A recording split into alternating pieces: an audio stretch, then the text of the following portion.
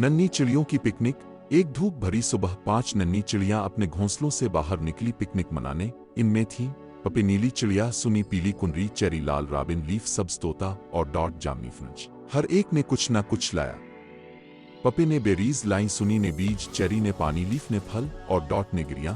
वो एक बड़े दरख्त के नीचे नरम घास पर बैठ गईं और अपनी पिकनिक बिछा ली।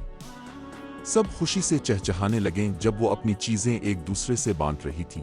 लेकिन अचानक तेज हवा चलने लगी, सारा खाना आधेर अलिफादेर बखर गया। चिड़िया चौंक गईं, ओ नहीं, हमारी पिकनिक खराब हो गई, डॉट रो दी।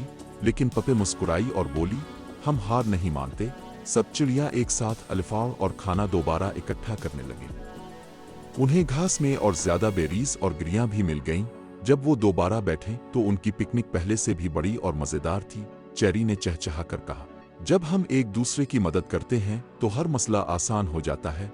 और तब से नन्ही चिड़ियों ने कभी किसी छोटी परेशानी से घबराना नहीं सीखा। वो सब का सामना दोस्ती से करती।